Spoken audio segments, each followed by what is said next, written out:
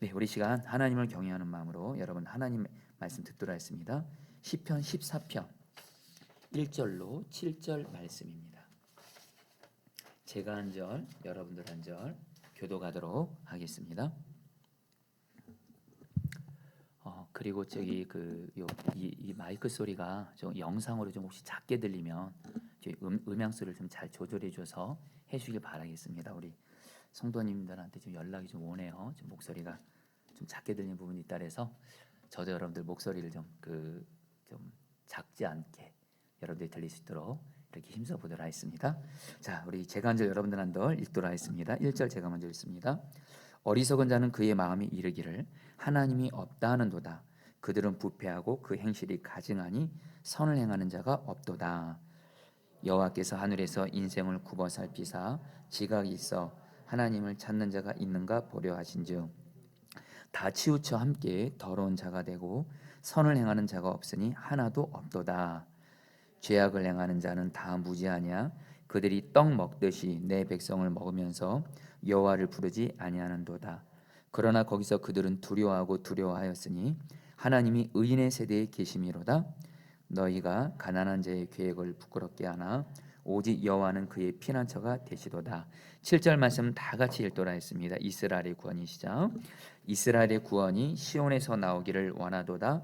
여호와께서 그의 백성을 포로된 곳에서 돌이키실 때에 야곱이 즐거워하고 이스라엘이 기뻐하리로다. 아멘. 여러분 우리 매주 금요 성령 집회 때마다 여러분 시편 말씀 그 중에서도 다윗이 지은 시편 말씀을 가지고 순서대로 하나님 말씀을 전하고 있습니다. 여러분 이제 오늘은 시편 14편 말씀을 가지고 하나님을 경외하는 자는 반드시 승리한다라는 주제로 말씀을 이렇게 전하려고 하는데요. 여러분 이것은 저에게도 주시는 은혜고 우리 성도님들에게도 그런 은혜를 주시는 분들이 있는 것 같습니다. 이렇게 시편 말씀을 매일매일 순서를 따라서 이렇게 전하고 있거든요. 제 마음대로 어떤 시편 말씀은 전하기 싫으니까 건너뛰는 게 아니라 다윗의 시를 하나하나씩 매주 성령 집회 때마다 전하고 있는데 너무 감사한 건 매주마다 성령 집회 때 전하는 시편 말씀이 먼저 저에게 하나님이 저에게 맞춤 설교를 해주시는 것 같아요. 정말 저에게 꼭 필요한 말씀을 저에게 주셔서 제가 먼저 여러분 시편 말씀을 준비하면서 주님이 주신 은혜를 경험하고 또 그 말씀을 통해서 힘과 위로를 받고 소망을 받게 됩니다. 또 우리 성도님들 중에는 저에게 또 이렇게 일부러 또 연락도 주시는 분이 계시네요. 카톡을 통해서나 목사님 꼭 매주 말씀이 저에게 맞춤 설교 같아요. 그렇게 해서 이렇게 감사한 마음을 이렇게 전해 주시는데요. 여러분 그것은 여러분 제가 결코 설교를 잘해서도 아니고 하나님의 말씀 자체가 능력이 있고요. 그리고 목회자가 설교를 내 마음대로 전하면 문제가 되겠지만은 정말 말씀을 있는 그대로 순서대로 전하면 여러분 그 주님은 그 말씀을 통해서 우리에게 항상 말씀하시게 되어 있습니다. 그래서 여러분 이런 걸 강해 설교라고 하죠. 여러분들 목회자가 마음대로 성경 본문을 정하지 않고 그냥 매 주마다 하나님이 그 순서대로 주시는 말씀을 그냥 전하는 거죠. 여러분 오늘도 시편 14편 말씀을 여러분들 저도 준비하면서 여러분 정말 이 말씀이 지금 제 마음에 여러분 주님이 이 말씀을 통해서 여러분 지금 저를 붙들어 주고 계십니다. 그리고 이 말씀을 통해서 힘을 주시고 위로해 주시고 그리고 여러분들 소망을 주시고 이러면서 저를 붙들어 주고 계세요. 그래서 여러분 오늘 시편 14편 말씀을 통해서 주님께서 우리 성도님들에게도 정말 나에게 맞춤으로 주시는 나 개인에게 주시는 말씀으로 여러분 받게 되시기를 그리고 여러분들 말씀을 받으면 그 말씀을 붙들면 그 말씀이 나를 어떤 힘든 상황에서도 나를 그 어떤 어려움도 이기게 하십니다. 승리하게 하십니다. 여러분들 꼭 오늘 시편 14편 말씀이 정말 나에게 주시는 말씀으로 꼭 여러분에게 이렇게 들려지게 되기를 제 이름으로 축복합니다. 예, 여러분이 시편 14편은 여러분 다윗이 지은 시라고 여러분 이렇게 성경에서 말씀하고 있는데 그런데 그 시편 14편은 다윗이 이 시를 쓰게 된 배경에 대한 설명은 나오지 않습니다.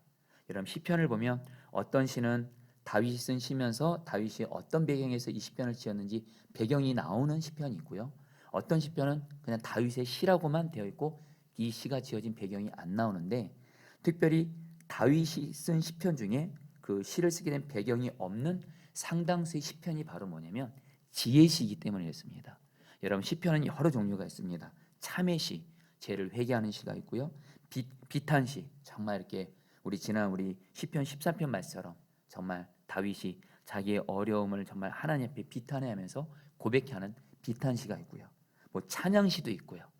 근데 여러분들 오늘 이 시편 14편은 소위 지혜시입니다. 이 지혜시의 경우에는 모든 상황에서 모든 사람들에게 적용될 수 있는 교훈을 전하고 있는 거예요. 그래서 지혜시는 일반적으로 쓰여진 배경에 대해서 말씀하지 않습니다. 여러분 우리가 이미 사무엘상 말씀을 매일 말씀 기도 통해서도 우리는 들었고 지금도 여러분 사무엘하 말씀을 통해서 다윗에 대한 말씀을 듣고 있는데 여러분 다윗은요 평생 하나님과 동행했던 사람입니다. 성경에서 하나님과 가장 가깝고 친밀하게 동행했던 그리고 정말 하나님을 경외했던 대표적인 사람 중에 한 사람이 다윗입니다. 그런 다윗에게 하나님은 하나님의 지혜를 깨닫게 하세요. 여러분 하나님과 동행하는 사람은요 하나님의 지혜가 있습니다. 하나님과 동행하는 사람에게만 여러분들 하나님이 깨닫게 하시는 지혜가 있습니다. 여러분 그래서 오늘 다윗은 자신이 하나님과 동행하면서 하나님이 주신 지혜를 깨닫고 이제 그 지혜를 여러분들 어떻게 해요? 왕으로서 이스라엘 백성들에게 이러한 하나님의 지혜를 깨닫고 그 하나님의 지혜대로 살라고 하면서 여러분들 시편을 통해 우리에게 말씀하고 있는 거예요. 자 그렇다면 시편 14편을 통해서 여러분 주님이 다윗이 쓴 시편 14편을 통해서 우리에게 주시는 지혜가 무엇인지 여러분 보도록 할 텐데요. 오늘 시편 14편에서 하나님이 우리에게 주시는 이 지혜는 여러분 평생의 마음에 간직하셔야 될 지혜입니다. 자 여러분 우리 1절 말씀 보도록 하겠습니다. 어리석은 자는 읽겠습니다. 시작.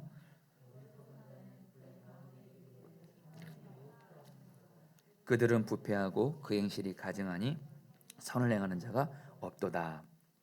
여러분 다윗이 말합니다. 어리석은 자는 하나님이 없다고 하는 사람이다. 여러분 여기서 이 어리석다라는 말이 히브리 원어로 보면 나발입니다. 이 나발이란 말은 여러분 영적으로 지혜가 부족할 때 쓰는 말이에요. 여러분 우리는 보통 어리석다고 하면 지능지수가 낮다든지 세상적인 지식이 부족하다든지 세상적으로 공부를 많이 못했을 때 우리는 어리석다는 말을 쓰는 경우들이 있지만 하나님이 성경에서 말하는 이 나발, 이 어리석음은요 지능지수가 낮거나 세상적인 지식이 부족한 것이 아니라 영적으로 지혜가 부족한 것을 말해요. 그리고 사람이 영적으로 지혜가 부족하다는 건 다른 거 아닙니다. 그 사람이 그의 마음에 하나님은 없다. 이 사람은 여러분들 어리석은 사람이에요. 한마디로 하나님이 없다고 생각하고 하나님을 믿지 않는 사람이 하나님 보시기엔 어리석은 사람이에요. 여러분 이걸 꼭 기억하시길 바랍니다. 아무리 그 사람이 공부를 많이 했고 박사학위를 받았고 아무리 여러분 세상에서 지혜롭다고 인정받고 아무리 책도 많이 썼다 할지라도 그 사람이 하나님은 안 계시다 생각하고 하나님을 안 믿어요. 그 사람은 어리석은 사람입니다. 그러나 반대로 하나님은 계시다. 하나님은 살아계시고 우리 함께 계신다. 정말 하나님이 계신다고 믿고 하나님을 믿는 그 사람은요 하나님 보시기에 지혜로운 사람이라는 거예요. 그러니까 우리 성도님들 우리 중에도 내가 지금 별로 많이 배우지를 못했어요. 그리고 내가 많이 아는 것도 별로 없어요. 근데도 마음에 분명한 거 한 가지, 하나님은 살아계신다. 하나님은 나와 함께 계신다. 그래서 무슨 일을 하든지 간에 하나님은 늘 나와 함께 계신다. 이 믿음으로 사는 사람은요 하나님 앞에서 지혜로운 사람이에요. 그런데 여러분 안타까운 것은 뭐냐면 하나님을 믿는다고 하는 사람들 중에 마치 하나님이 없는 것처럼 생각하고 말하고 행동하는 사람들이 있다라는 거예요. 바로 예수님을 믿는 우리도 말입니다. 여러분 예수 믿는 우리 안에 예수님이 우리 함께 성령님으로 계십니다.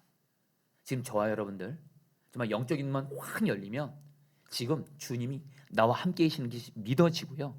지금 여러분 이렇게 설교를 들어도 말입니다. 목사인 저를 바라보지 않습니다. 지금 왕정원 목사를 통해서 나에게 말씀을 주시는 주님만을 바라봅니다. 정말. 근데 여러분들 안타까운 게 뭐냐면 예수님을 믿는 우리 중에는 주님이 우리와 함께 계시는데도 주님이 우리와 함께 계신 것을 진정 믿지 못하고, 한마디로 주님 경외하지 않고 자기 마음대로 생각하고 말하고 행동할 때가 있습니다. 여러분, 이런 사람 비록 주님을 믿는다고 하지만 주님이 나와 함께 계심에도 불구하고 주님은 분명히 계신데 주님이 없는 것처럼 생각하고 말하고 행동하는 그 사람, 주님 보시기에 어리석은 사람이라는 거예요. 여러분, 오늘 말씀에서 1절 말씀에서 주님이 없다고 생각하는 어리석은 사람에게 생기는 심각한 문제가 있는데요, 그것은 바로 죄를 가볍게 여기고 여러분들 죄를 자기 마음대로 짓는다라는 거예요. 그래서 여러분, 다윗은 1절에서 하나님이 없다고 생각하는 어리석은 사람은요, 세 가지를 말합니다. 부패하고 행실이 가증하고 그 다음에 선을 행하지 않는다, 이렇게 말해요. 여기서 부패한다는 말은 원어적인 의미를 보면요, 마음에 죄대한 생각을 마음껏 품는 겁니다. 마음에서부터 죄를 그냥 품고 다니는 사람이에요. 이런 사람이 여러분 바로, 그 다음에 여러분들 행실이 가증하다, 이 사람은 원어적으로 보면 이 말의 의미는 하나님이 싫어하시는 모든 죄를 행하는 사람을 말합니다. 그리고 선을 행하지 않는다는 것은 바로 하나님의 말씀, 하나님의 기뻐하시는 뜻대로 하나님 말씀 순종하지 않는 것을 말해요. 한마디로 말입니다, 여러분, 하나님이 없다고 생각하는 사람은요, 마음과 행실에 있어서 자기 마음대로 죄를 짓습니다. 여러분, 왜냐면요, 하나님을 안 믿는 사람뿐만이 아니라 하나님은 안 믿는 사람은 여러분 당연히 여러분들 마귀의 종이 돼서 마음껏 죄 짓고요. 여러분들, 중요한 건 예수를 믿는 우리조차도 주님이 정말 나 함께 계신 것을 진짜 믿지 못하고 그렇게 나아가면요, 주님이 없다고 생각하는 그 순간 여러분, 우리는 그 순간 마귀에게 붙들리게 되고 여러분들 죄 짓게 되는 거예요. 사람은 말입니다, 하나님이 없다고 생각하는 그 순간 죄 짓게 하는 마귀에게 문을 활짝 열어주게 되면서 죄를 짓는 것을 가볍게 여기고 죄를 짓게 된다는 거예요. 그러면서 여러분, 다시 한번 예수님을 믿는 우리도 말입니다, 이럴 때가 있다라는 겁니다. 우리도 주님이 지금 우리와 함께 분명히 계신데 그 주님이 나와 함께 계신 것을 진즉 믿지 않음으로 말미암아 주님을 경외하지 않고, 그래서 함부로 생각하고 함부로 말하고 함부로 행동하잖아요. 그렇게 된다라는 거예요. 그러면 여러분, 우리는 다시 한번 주님을 믿으면서도 주님 보시기에 어리석은 자가 된다라는 거예요. 그러나 반대로 말입니다, 그런 사람이 있습니다. 예수 믿는 사람들 중에 정말 주님이 나와 함께 계세요. 이것을 진정 믿어요. 그래서 주님이 나와 함께 계신 걸 진정 믿고 주님을 항상 의식해요. 주님을 경외하면서 마음에 생각 하나 말 하나 행동 하나 이것을 주님 바라보면서 하려고 합니다. 그러면서 당연히 죄 짓지 않으려고 힘쓰게 됩니다.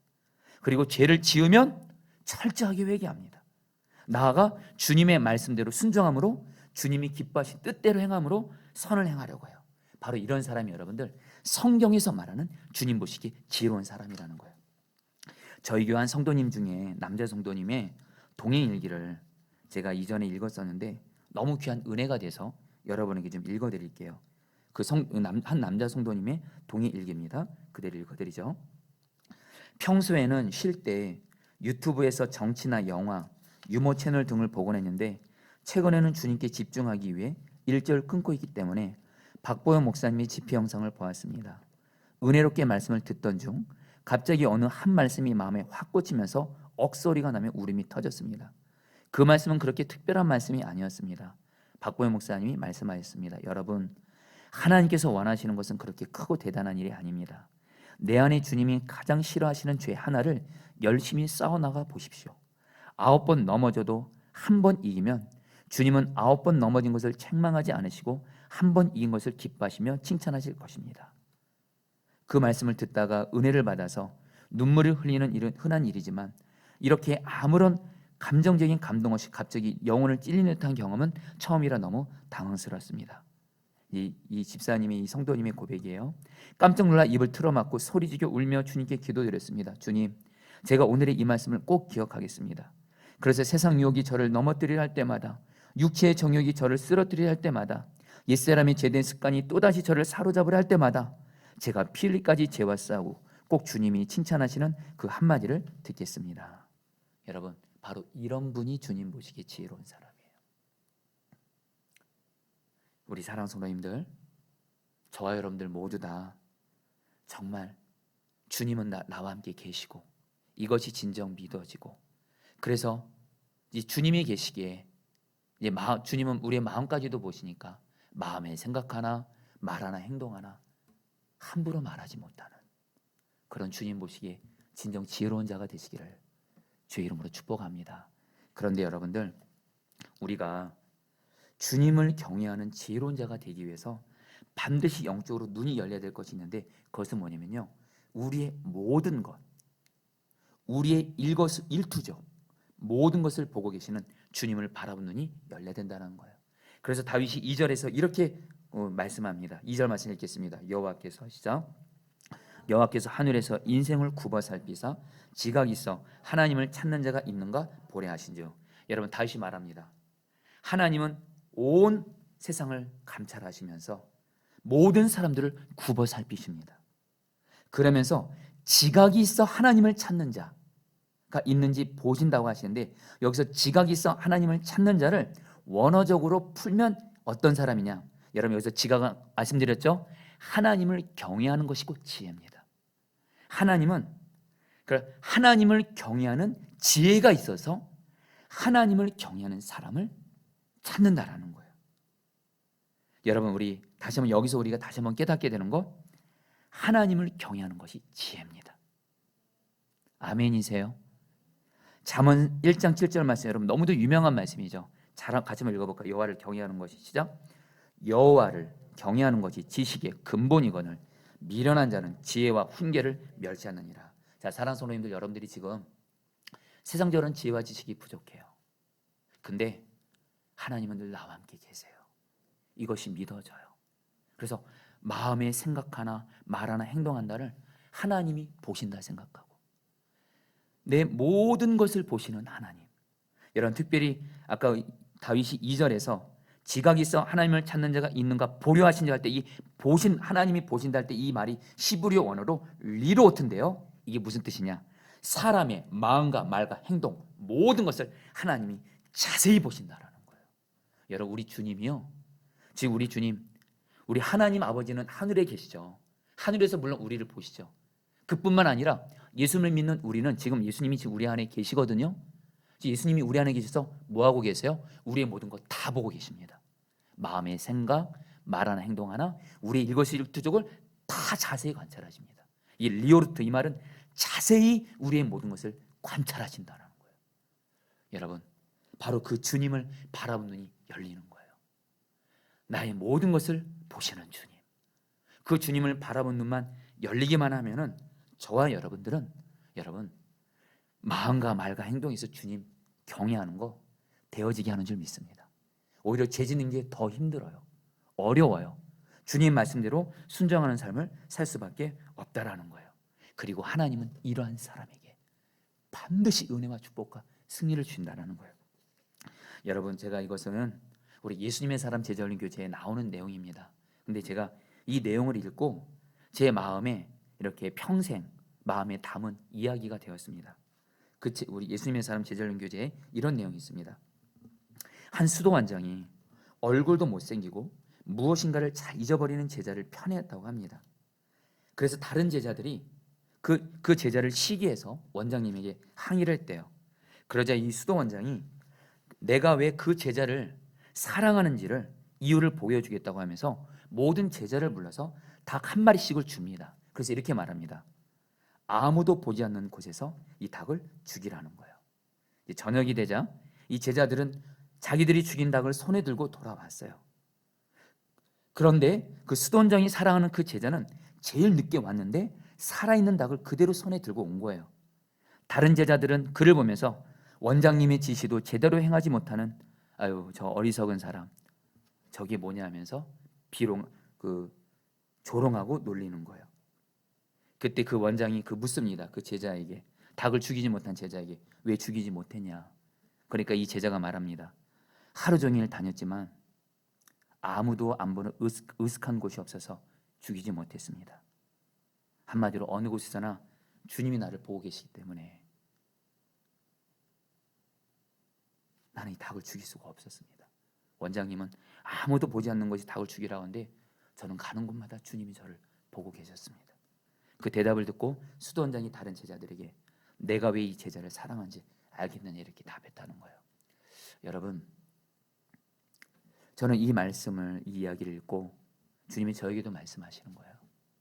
제가 외적으로도 조금 부족하고 정말 어설프고 여러분들 외적으로 부족한 것이 있다 할지라도 정말 그 수도원장이 그 사랑했던 그 제자처럼 내가 언제나 어디서나 있든지 주님이 나를 보고 계시지. 그래서 늘 주님 앞에서 사는 사람, 이 사람을 주님이 가장 귀하게 여기시고 사실 그런 사람은 주님이 마음껏 쓰십니다. 마음껏 일하십니다. 우리 사랑하는 성도님들, 분명히 맞잖아요. 우리가 가정에 있든 교회에 있든 직장에 있든 혼자 있든 지금 주님은 우리와 함께 계시잖아요. 우리 함께 계셔서 우리의 모든 걸 다 보고 계시더라도 먼저 마음부터 보고 계십니다. 우리의 마음 안에 계시니까 우리의 말 보고 계시고 행동 하나 다 보고 계십니다.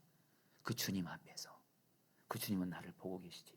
그 주님을 바라본 눈이 열리게 되면 여러분 정말 마음의 생각 하나 말 하나 행동 하나 내 맘대로 못해요. 정말 주님을 경외함으로 여러분들 살게 되죠. 이런 사람이 바로 여러분 주님 보시기 지혜로운 사람이고 정말 주님은 그 사람을 통해서 마음껏 일하실 거예요. 그러면서 여러분 우리가요 우리의 모든 것을 보고 계시는 주님 앞에서 우리가 꼭 명심해야 될 것이 있습니다. 우리 생각에 아무리 작아 보이는 죄라 할지라도 그 죄는 죄예요. 죄는 아무리 작아 보여도 죄라는 것을 기억하고 작은 죄를 결코 작게 여기지 말라는 겁니다. 여러분 우리 오늘 바로 우리 그 매일 말씀 기도 본문이 여러분 사무엘하 11장 말씀이었죠. 우리가 아는 대로 여러분 다윗이 그동안 주님과 동행하고 주님과 경외하면서 주님을 경외하면서 승리를 했던 다윗이 오늘 사무엘하 11장에서 여러분 내리막길을 걸어갑니다. 바로 뭐요? 우리가 아는 대로 밧세바와 여러분들 남편이 있는 우리아라는 다른 남편이 있는 여러분 밧세바를 성적으로 간음해서 간음죄를 짓습니다. 그리고 또 어떻게 여러분 그 간음죄를 은폐하려고 여러분 그 밧세바 남편 우리아를 여러분 죽이는 살인죄를 범하게 됩니다. 여러분 다윗이 하나님 앞에 간음죄와 살인죄 10계명에서 10개의 계명 중에서 하나님이 하지 말라는 2계명 간음, 살인 가장 무서운 죄를 졌어요. 근데 여러분들 다윗이 이 죄를 짓게 된 게 어디서 시작했는지 여러분 아시나요? 사무엘하 11장은 이렇게 시작됩니다. 다윗이 요압과 그 자기 신하들과 군인들은 암몬과 전쟁하러 나갈 때에 낮잠을 자고 일어나서 왕궁 옥상을 거닐다가 한 여자가 목욕하는 것을 본 거예요. 거기서 여러분들 죄가 시작됩니다. 목욕하는 여자를 본 거, 그 처음에 목욕하는 여자를 보게 된 건 자기 의도가 아니까 그 자체는 죄가 아니죠. 근데 그 목욕하는 여자를 보면서 밧세바죠. 그걸 보면서 2번 음란한 생각 품고 3번 음란한 생각 품고 결국에 여러분 그 목욕하는 여인을 본 그 죄로 시작을 해서 여러분 죄는 반드시 잘하게 돼 있습니다. 성경은 죄가 잘한다고 말합니다. 장상한다고 말합니다.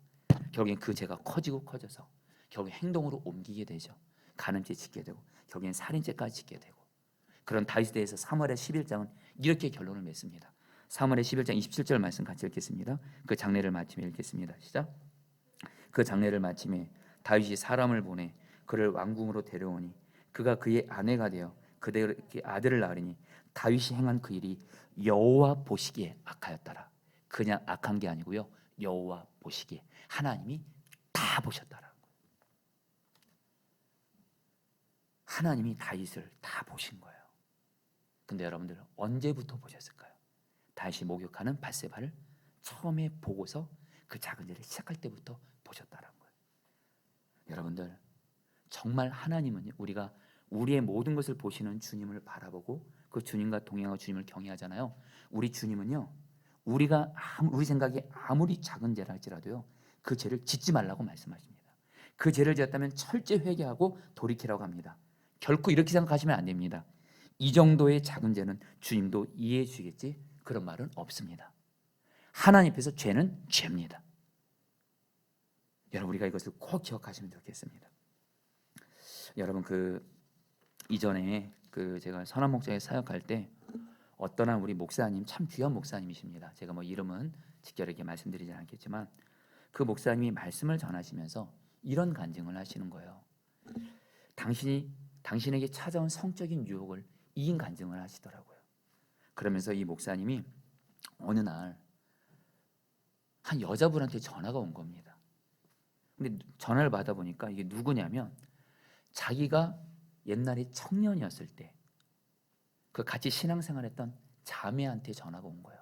이제는 여러분 결혼해서 그분도 여러분들 한 남자의 아내가 됐죠. 근데 그 여자분이 이 목사님에게 전화를 했다는 거예요. 그러면서 한번 꼭 좀 만나달라는 거예요. 그러면서 이 목사님이 왜 만나자고 하나. 근데 이 목사님이 뭐라고 말씀해? 그때 그 자매는 그때 그 교회에서 얼굴이 참 이뻤다고 합니다. 이뻤다는 거예요. 근데 여러분 이 목사님이 결국에는 그 기도를 단단히 하고 만났다고 합니다. 정말 주님, 저를 혹시 혹여나 성적인 그런 유혹이 있다면 저를 이 시험에서 건져 주십시오. 단단히 기도를 하고 당신 딴엔 나름대로 정신을 차리고 주님 바라보면서 결국엔 그 자매를 만났다는 거예요. 자매가 아니죠. 이제 아줌마가 됐죠. 근데 만나서 왜 이렇게 갑자기 나한테 왜 연락했냐 그러니까 그 여자분이 뭐라고 말하냐면 자기가 최근에 첫사랑에 관련된 영화를 봤다라는 거예요. 그 영화 제목이 있습니다. 그건 이제 제가 여러분들에게 말씀드리지 않을게요. 근데 첫사랑에 대한 영화를 봤는데 그 영화를 보는 순간 그 여자분이 자기 첫사랑이 바로 그 목사님이었다라는 거예요. 그래서 이 목사님을 만나고 싶어서 자기의 첫사랑이 목사님을 한번 만나고 싶어서 연락을 줬다라는 거예요. 감사하게도 이 목사님이 그 순간을 여러분 이기면서 됐다, 이러면 안 된다 하고 여러분 헤어졌다라는 거예요. 아무 일 없이. 그리고 나서 그날 그 목사님이 밤에 잠을 자는데 꿈을 꿨다고 합니다. 꿈을 꾸는데 자기 집으로 어떤 도둑이 들어오더래요. 근데 이 목사님이 그때 잠을 자지 않고 깨어 있었대요. 이 도둑이 잠을 자지 않고 깨어 있는 목사님을 보고 이렇게 도망치더래요. 그래서 이 목사님이 하시는 말씀이 내가 정말 지금 깨어 있어 가지고 정말 음란의 도둑이 나에게 왔다가 내가 깨어 있어서 도망쳤구나. 이렇게 하시면서 여러분들 이렇게 당신이 성적인 유혹에서 이긴 간증을 하시더라고요. 여러분 뭐 귀하신 거죠. 근데 여러분 제가 그 말씀을 듣는데 주님이 저에게도 말씀하시더라고요. 만약에 너도 똑같이 그 목사님 같은 일이 생긴다면 너라면 어떡하겠냐 그러시더라고요. 그때 여러분들 주님을 바라보는데 요셉에 대한 말씀이 생각이 났습니다. 요셉은 보디발의 아내가 유혹할 때 아예 그 자리를 떠났습니다. 그래서 그때 주님께서 이렇게 고백했어요. 주님, 저는 아예 만나지도 않겠습니다. 만나지도 않겠습니다. 여러분 정말 주님을 바라보고 경외하게 되잖아요. 그런 주님이 아무리 작아 보이는 죄, 커질 수 있는 그 죄를 아예 원천적으로 주님이 차단하게 하십니다. 우리가 할 일은 뭐예요? 나의 모든 것을 보고 계시는 그 주님을 바라본 눈만 열리면 주님이 여러분 죄를 이기게 하신다는 거예요. 그런데 여러분들 안타까운 사실이 있습니다. 성도님들 3절 말씀 보겠습니다. 같이 한번 읽어볼까요? 다 읽겠습니다. 3절 말씀 다 치우쳐 읽겠습니다. 시작. 다 치우쳐 함께 더러운 자가 되고 선을 행하는 자가 없으니 하나도 없도다. 여러분 다시 뭐라고 말하냐면요, 다 치우쳐. 여기서 다라는 말은 모든 사람을 말하고요, 여러분 치우쳤다는 말은 하나님이 정하신 바른 길에서 벗어나 멀리 떠났다는 의미입니다. 바로 모든 사람들이 하나님이 정하신 바른 길, 성경에서 여러분 하나님이 정하신 바른 길은 다른 거 아닙니다. 하나님을 경외하면서 성경 말씀대로 사는 게 하나님의 길입니다. 근데 하나님을 경외하면서 여러분들 바른 길로 가는 그런 사람들이 여러분들 없다라는 거예요. 다 치우쳐서 더러운 자가 되고 선을 행하는 자가 없으니 하나도 없도다. 여러분 다윗이 삶을 살아보니까요, 하나님을 정말 하나님과 동행하고 하나님을 함께 계시고 하나님을 의식하면서 진정으로 하나님을 경외하는 사람이 거의 없었다라는 거예요. 여러분 안타까운 건 이것은 오늘날 우리에게도 동일하다는 겁니다. 저는 여러분 목회 경험이 많지 않으니까 우리 한국교회를 대표하는 두 분의 목사님 얘기를 대신 여러분에게 말씀드리고 싶어요. 먼저 여러분 저희 멘토가 되신 우리 유기성 목사님이 한 번은 우리 교육자들이 여러분에게 세미나를 했었습니다. 모든 목회자들이 여러분 세미나를 갔었는데 그때 어떤 한 순서가 있었는데 그 순서를 진행하는 한 분이 유 목사님을 앞으로 이렇게 초청했어요. 그러면서 그때 여러분들 그 목사님에게 물었어요. 목사님 목회하시면서 하나님이 깨닫게 하신 어떤 그런 사실이 있다면 그것이 뭡니까? 그러니까 유 목사님이 그렇게 말씀하시더라고요. 당신이 그동안 목회하면서 알게 된 건 목회자든 성도들이든 정말 주님을 경외하는 사람은 경외하는 경건한 자는 적었다라는 거예요. 그렇게 고백을 하시더라고요. 고 오카는 목사님도 여러분 광인이라는 영화, 그 다큐 영화죠. 거기서 보면 오카는 목사님도 동일한 말씀을 하시더라고요. 목회자들 중에 주님을 경외하지 않고 정직하지 않는 사꾼이 너무 많다라는 거예요. 여러분, 저는 오늘 이 말씀 앞에서 갈망이 생깁니다. 정말 여러분, 하나님을 경외하는 사람은 그렇게 많지 않습니다. 이거는 저에게도 될 수 있지만 마음에 갈망이 있습니다.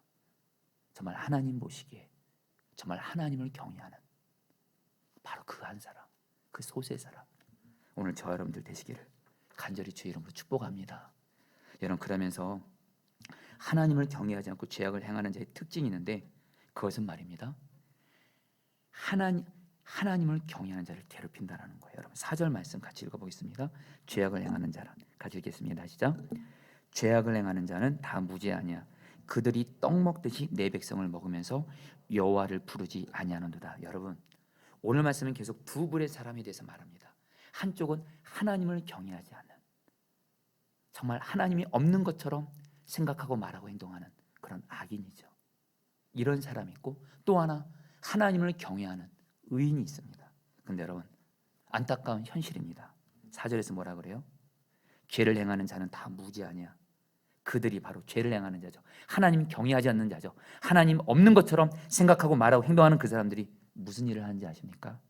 내 백성, 바로 하나님의 백성, 하나님을 경외하고 하나님 말씀대로 순종하려는 하나님의 백성을 떡 먹듯이 삼켜버린다는 거예요. 괴롭힌다는 거예요. 여러분, 실제로 여러분, 이거는 우리 현실을 봐도 분명히 맞습니다. 여러분, 하나님을 경외하는 사람과 하나님을 경외하지 않는 사람이 싸우면 누가 이길까요? 가정에서도 하나님을 경외하는 사람과 하나님을 경외하지 않는 사람이 싸우면 누가 이길까요? 안타깝게도 교회에서도 하나님을 경외하는 사람과 하나님을 경외하지 않는 사람이 싸우면 누가 이길까요? 여러분, 먼저 하나님을 경외하는 사람은 싸우지를 못합니다. 하나님을 경외하기 때문에. 하나님은 가장 싫어하시는 것은, 하나님이 가장 기뻐하는 것이 사랑이고 하나님이 가장 싫어하시는 것이 미움이고 싸움인 거기 때문에 여러분들 사랑만 하려고 하지 여러분들 싸우지 않습니다. 아무리 내가 수치를 당하고 모욕을 당해도 나는 죽었습니다 하면서 십자가에서 모욕과 수치를 담당하신 그 예수님을 바라보면서 참습니다.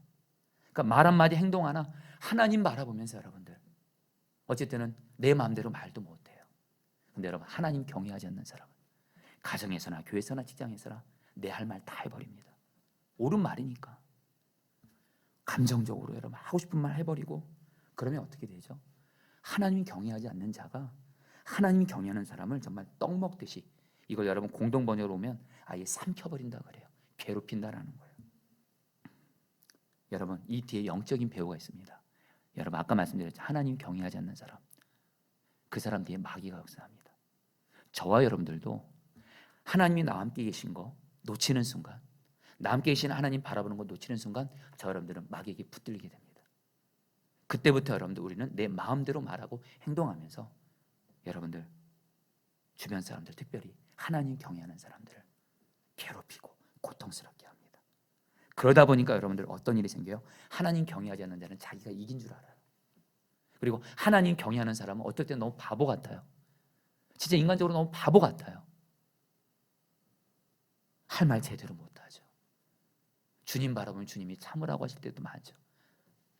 그냥 주님이 하라는 말 하죠. 사랑만 하라 그러죠.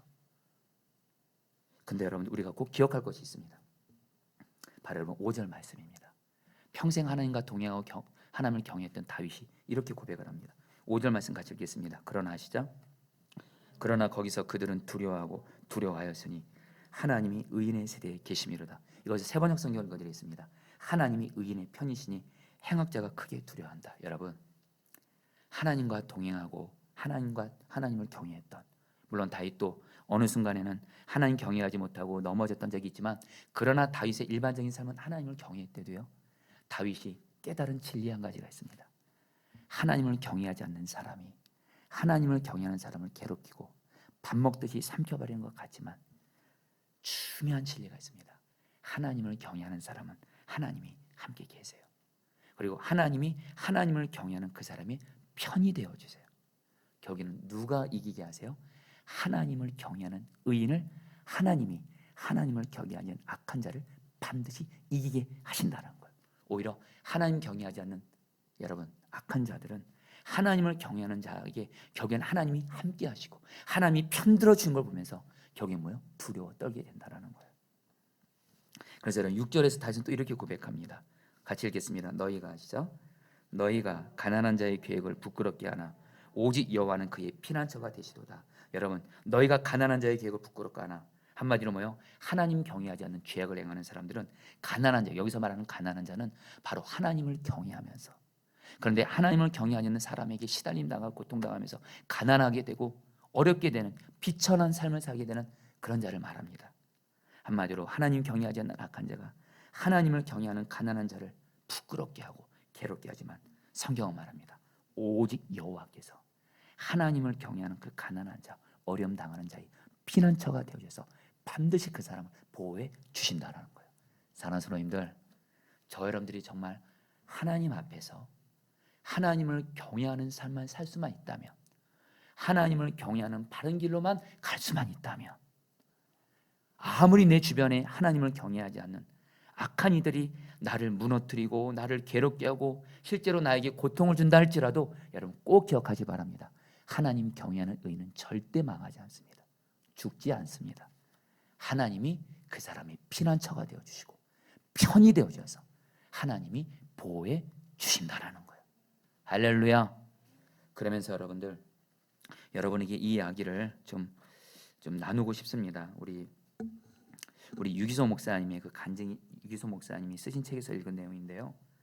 유기소 목사님의 아내이신 우리 박리부가 사모님이 상담을 하는 여성도 분이 있었습니다.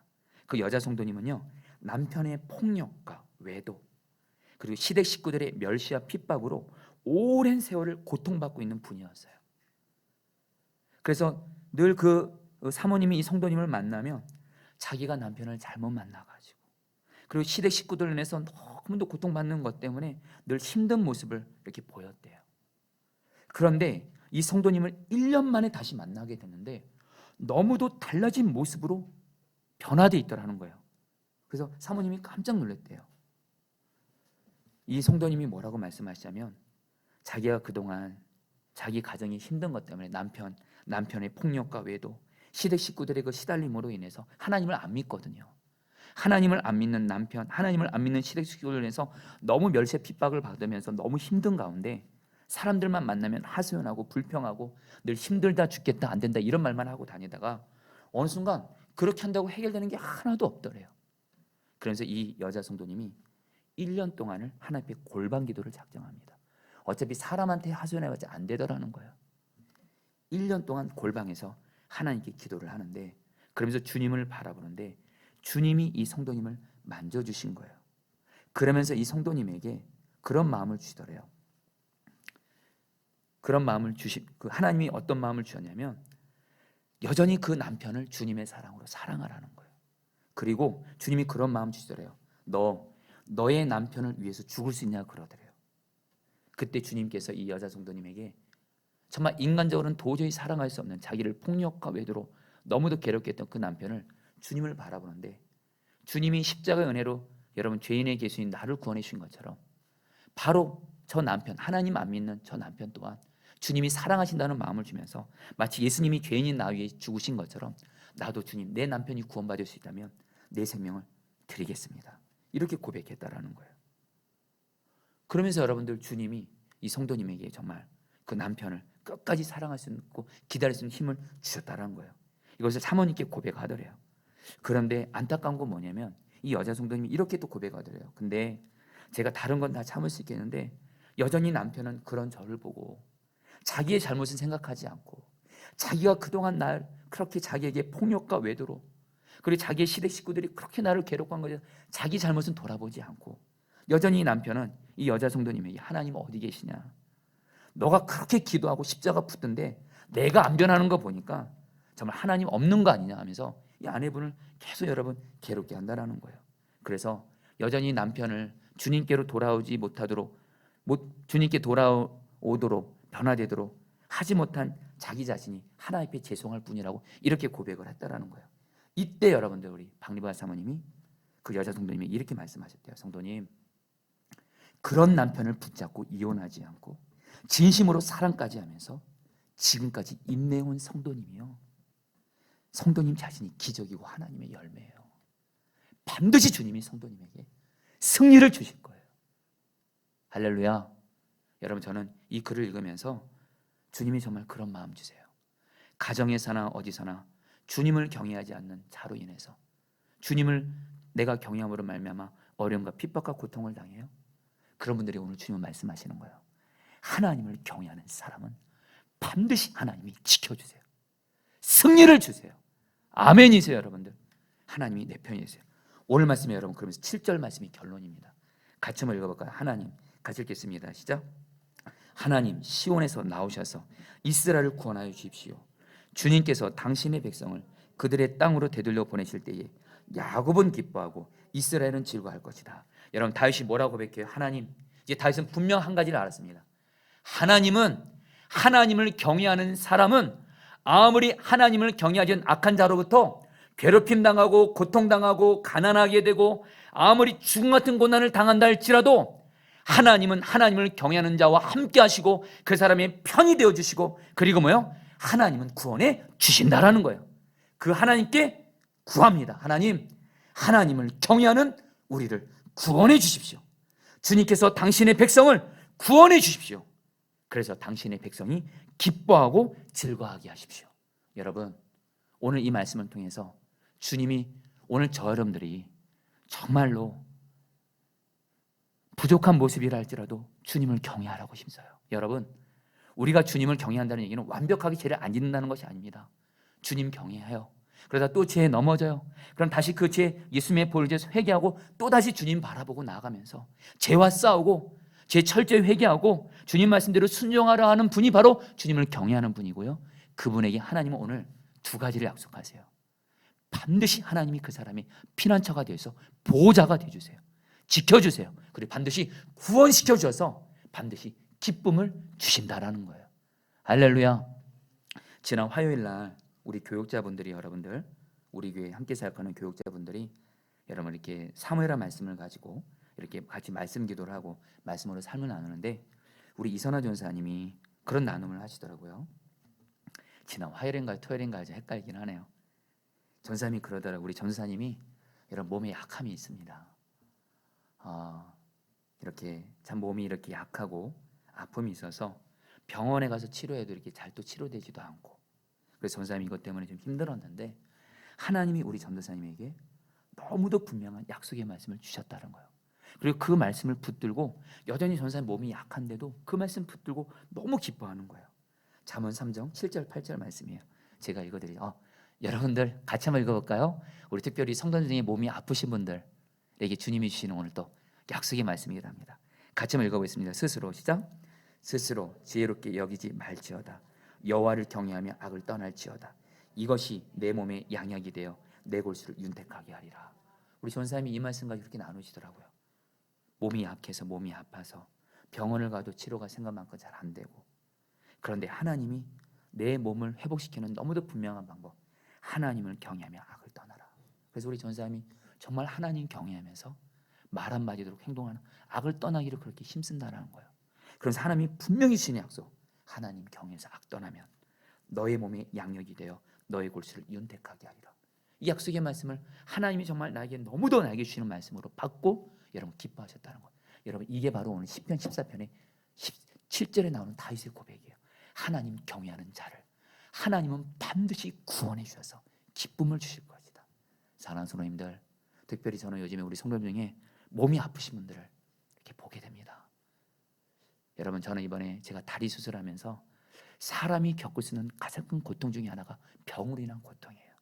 근데 오늘 이렇게 설교 준비하다가 하나님이 잠언 3장 7절 8절 말씀, 우리 이선한 여성이 주신 이 말씀을 우리 모두에게 주시는 말씀으로 주님이 주신다는 마음을 주세요.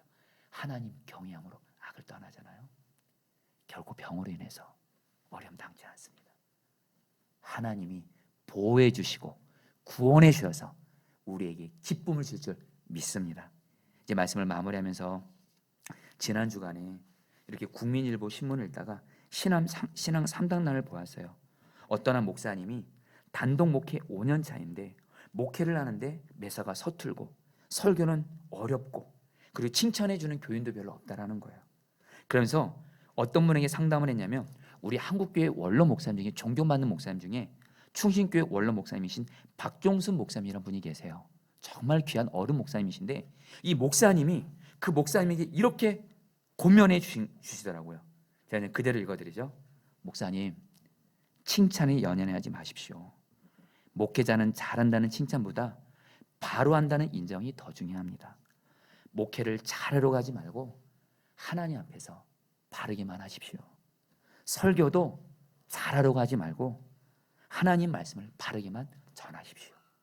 하나님을 경외하며 바르게 살며 바르게 목회하고 바르게 설교하면 결국 그 길을 가다 보면 하나님이 목사님의 길을 열어가실 겁니다.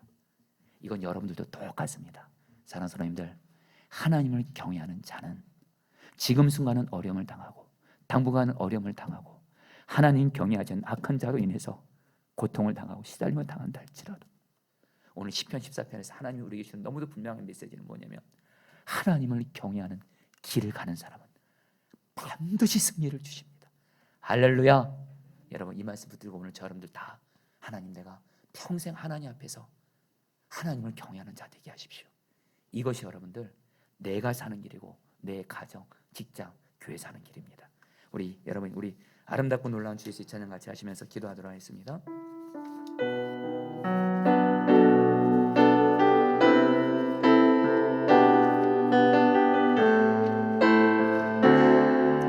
주님을 바라보겠습니다. 아름답고 놀라운 주 예수, 말로 할 수 없네. 그 측량할 수 없는 그 측량할 수 없는 이여, 주님과 같은 분 없네. 주님과 같은 분 없네. 한없는 그 지혜와 사랑 그 누구도 다 할 수 없네. 아름답고 놀라운 주 예수, 보좌에 앉으셨네. 주님 앞에 내가 서 있네. 주님 앞에 내가 서 있네. 주 앞에 내가 서 있네. 주는 거룩하신 하나님, 주는 거룩하신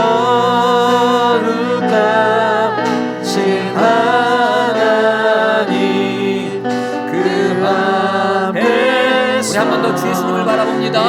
아름답고 놀라운 주 예수님, 아름답고 놀라운 주 예수, 말로 할 수 없네. 그 측량할 수 없는 이여, 주님과 같은 분 없네. 주님과 같은 분 없네. 한없는 그 지혜와 사랑 그 누구도 다 할 수 없네. 아름답고 놀라운 주 예수, 보좌에 앉으셨네. 우리 모두는 주님 앞에 서 있습니다. 주님 앞에 내가 서 있네. 주 주님 앞에 내가 서 있네. 주 앞에 내가 서 있네. 주는 거룩하신 하나님, 주는 거룩하신 하나님, 그 앞에서 주님 앞에 내가 서 있습니다. 주님 앞에 내가 서 있네. 주 앞에 내가 서 있네. 주 앞에 내가 서 있네. 주는 거룩하신 하나님, 주는 거룩하신 하나님. 우리 마지막으로 고백합니다. 주님 앞에 내가 서 있네. 주님 앞에 내가 서 있네. 주 앞에 내가 서 있네. 주는 거룩하신 하나님, 거룩하신 하나님, 그 앞에 서 있네. 우리 2절 3절 말씀 붙들어 기도하겠습니다. 여호와께서 하늘에서 인생을 굽어 살피사 지각이 없어 하나님을 찾는 자가 있는가 보려 하신즉 다 치우쳐 함께 더러운 자가 되고 선을 행하는 자가 없으니 하나도 없도다. 여러분 시간에 기도하도록 하겠습니다. 하나님, 정말 이 땅에 하나님을 경외하는 사람이 너무도 적다고 하셨는데, 하나님, 나는 나와 함께 계셔서 나의 모든 것을 보고 계시는, 내 마음의 생각, 말과 행동까지도 자세하게 모든 것을 다 보고 계시는 주님을 바라보는 눈이 열려져서 그 주님을 경외하는, 정말 주님을 경외하는 그런 내가 되어지게 하여 주시옵소서. 이제는 하나님, 말 한마디 할 때, 행동 하나 할 때, 마음의 생각조차도 나의 모든 것을 다 보시는 주님을 바라봄으로 말미암아 하나님을 경외하는 내가 되어지게 하여 주시옵소서. 다 함께 주여 부르셔 기도하시겠습니다. 주여, 주님 기도합니다. 주님은 나의 모든 걸 다 보고 계시고 내 마음의 생각, 내 말, 내 행동을 다 자세히 관찰하시고 다 보고 계시고, 하나님, 그 주님을 바라보는 눈이 열려져서 정말 주님 보시기에 진정 주님을 경외하는 자가 되게 해주십시오. 주님을 경외하는 자가 되게 해주십시오. 주님을 경외하는 자가 되게 해주십시오. 주님을 경외하는 자가 되게 해주십시오. 주님을 경외하는 자가 되게 해주십시오. 나 함께 하시는 주님을 바라보면서 이제는 마음의 생각과 말과 행동이 있어서 이제는 주님을 바라보면서 죄와 철저히 싸우게 하시고, 죄를 지으면 철저히 회개하고 주님 말씀대로 순종하는 내가 되어지게 해주시옵소서. 오 주님, 오 주님, 오 주님, 오 주님, 오 주님, 오 주님, 주님을 바라보는 눈을 열어주십시오. 나의 모든 것을 보시는 주님을 바라보는 눈을 열어주셔서 정말 주님 앞에서 주님을 경외하며 살게 하여 주옵소서. 오 주님, 말로만이 아니라, 하나님, 말로만이 아니라 진정 하나님, 주님 보시기에 주님을 경외하는 자 되게 해주십시오. 주님 앞에서 주님을 경외하는 자가 되게 해주십시오. 오 주님 다스려 주셔서, 오 주님 은혜 베풀어 주셔서, 오 주님 역사해 주셔서, 붙들어 주시옵소서. 오 주님 다스려 주시옵소서. 우리 5절 6절 말씀 붙들어 기도하겠습니다. 그러나 거기서 그들은 두려워했으니 하나님이 의인의 세대에 계심이로다. 너희가 가난한 자의 계획을 부끄럽게 하나 오직 여호와는 그의 피난처가 되시도다. 여러분, 먼저 우리 이 말씀 붙들고, 여러분, 하나님을 경외하는 사람은요, 하나님이 반드시 그 사람과 함께 하시면서 그의 편이 되어주면서 내 주변에 하나님을 경외하지 않는 적들이 나를 통해서 하나님을 두려워하게 된다는 겁니다. 여러분, 이 시간에 기도하도록 하겠습니다. 하나님, 내 삶에도 나는 하나님을 경외하려고 하지만 심지어 가정에서나 직장에서나 심지어는 교회에서조차도 하나님을 경외하지 않는 자가 나를 괴롭게 하고 시달리게 하고 고통을 줄 때, 하나님을 경외하는 의인은 반드시 하나님이 그 사람이 편이 되어주셔서 하나님을 경외하지 않는 자가 나 함께 하시는 하나님을 바라보면서 두려워하게 된다고 하셨습니다. 하나님, 이 시간 기도합니다. 내가 하나님을 경외함으로 말미암아 가정과 직장과 교회에서 내 주변에 하나님을 경외하지 않는 자들이 두려워 떨게 하시고 그들 또한 하나님 앞에 돌아오게 하여 주옵소서. 우리 주여 한번 부르셔 기도하시겠습니다. 주여, 주님 기도합니다. 하나님, 하나님, 하나님, 하나님 다스려 주십시오. 역사해 주십시오. 하나님, 하나님, 하나님, 하나님, 하나님을 경외하는 의인은, 하나님을 경외하는 의인은 하나님이 반드시 승리를 주어서 하나님을 경외하지 않는 악한 자들이 하나님을 경외하는 나를 괴롭게 할 때 결국에는 반드시 승리를 주시고 그들이 나와 함께 하시는 하나님 때문에 두려워하게 된다고 하였습니다. 하나님, 역사가 있게 하여 주옵소서. 하나님을 경외하는 내가 하나님을 경외하지 않는 악한 자를 이김으로 말미암아 승리하게 하여 주옵소서. 하나님, 하나님을 경외하는 자는 반드시 승리합니다. 도와주시옵소서. 은혜 베풀어 주시옵소서. 도와주시옵소서. 하나님, 하나님. 여러분 6절 말씀 붙들기도 하겠습니다. 너희가 가난한 자의 계획을 부끄럽게 하나 오직 여호와는 그의 피난처가 되시도다. 하나님을 경외하는 자는 하나님이 반드시 어떤 주변에 그를 무너뜨리려고 하고 괴롭게 하고 정말 심지어는 죽이려고 하는 그런 자가 있다 할지라도 하나님을 경외하는 자는 하나님이 반드시 그 사람의 피난처가 되어서 보호해 주십니다. 여러분, 이 믿음이 우리에게 있게 하여 주옵소서. 하나님을 경외하는 길을 가지만 계속 갈수록 어려워지고 힘들어지고 오히려 내 주변에 하나님을 경외하지 않는 자로 말미암아 내가 고통을 당한다 할지라도 결국엔 하나님이 반드시 나를 보호해 주십니다. 이 믿음을 가지고 걱정, 염려, 두려움, 절망, 낙심 하지 않게 하여 주옵소서. 하나님을 경외하는 자는 하나님이 반드시 보호해 주십니다. 이 믿음이 나에게 있게 하여 주셔서 두려움, 염려 다 사라지게 하여 주옵소서. 우리 주여 한번 부르시고 기도하시겠습니다. 주여, 주님 기도합니다.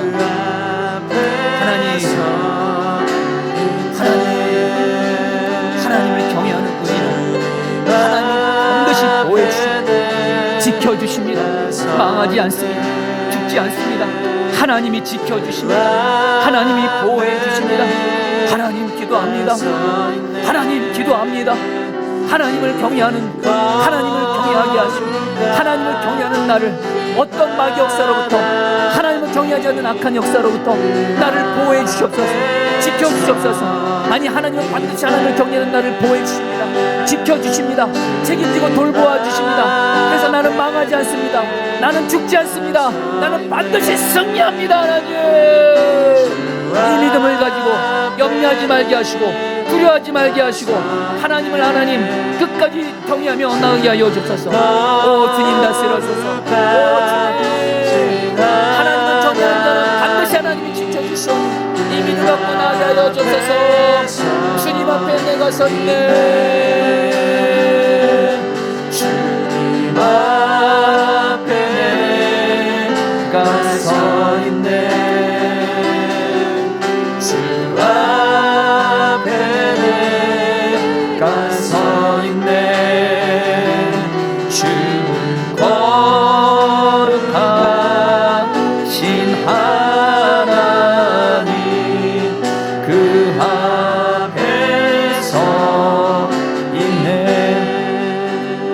마지막으로 7절 말씀과 잠언 3장 7절 말씀 붙들게 하겠습니다. 하나님이 시온에서 나오셔서 이스라엘을 구원해 주십시오. 주님께서 당신의 백성을 그들의 땅으로 되돌려 보내실 때에 야곱은 기뻐하며 이스라엘은 즐거워할 것이다. 여호와를 경외하며 악을 떠날지어다. 이것이 너의 몸에 양약이 되어 너의 골수를 윤택하게 하리라.